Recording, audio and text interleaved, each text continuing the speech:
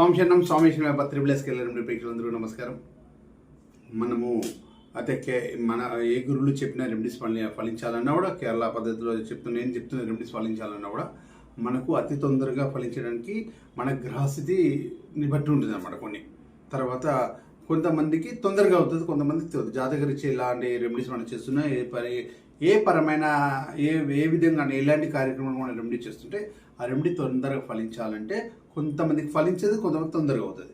అది ఎందుకు మనకు లేట్ అవుతుంది, కొంతమందికి అవుతుంది, కొంతమందికి కావాలంటే మన లగ్నం నుంచి 9వ స్థానం పూర్వజన్మ పుణ్య స్థానం అంటారు, పుణ్య భాగ్యస్థానం అంటారు. 9వ స్థానం మన లగ్నం నుంచి లెక్క పెడితే 9వ స్థానం వచ్చి పూర్వజన్మ పుణ్య భాగ్యస్థానం అంటారు. దాంట్లో పాపగ్రహాలు ఉంటే లేటుగా అవుతాయి, పుణ్యగ్రహాలు ఉంటే చేయడం తొందరగా అయిపోతాయి. ఇట్లా చేయడం మన పూర్వజన్మ పుణ్యస్థానాన్ని బట్టి మన తొందరగా అయ్యే అవకాశం ఉంటుంది అన్నమాట.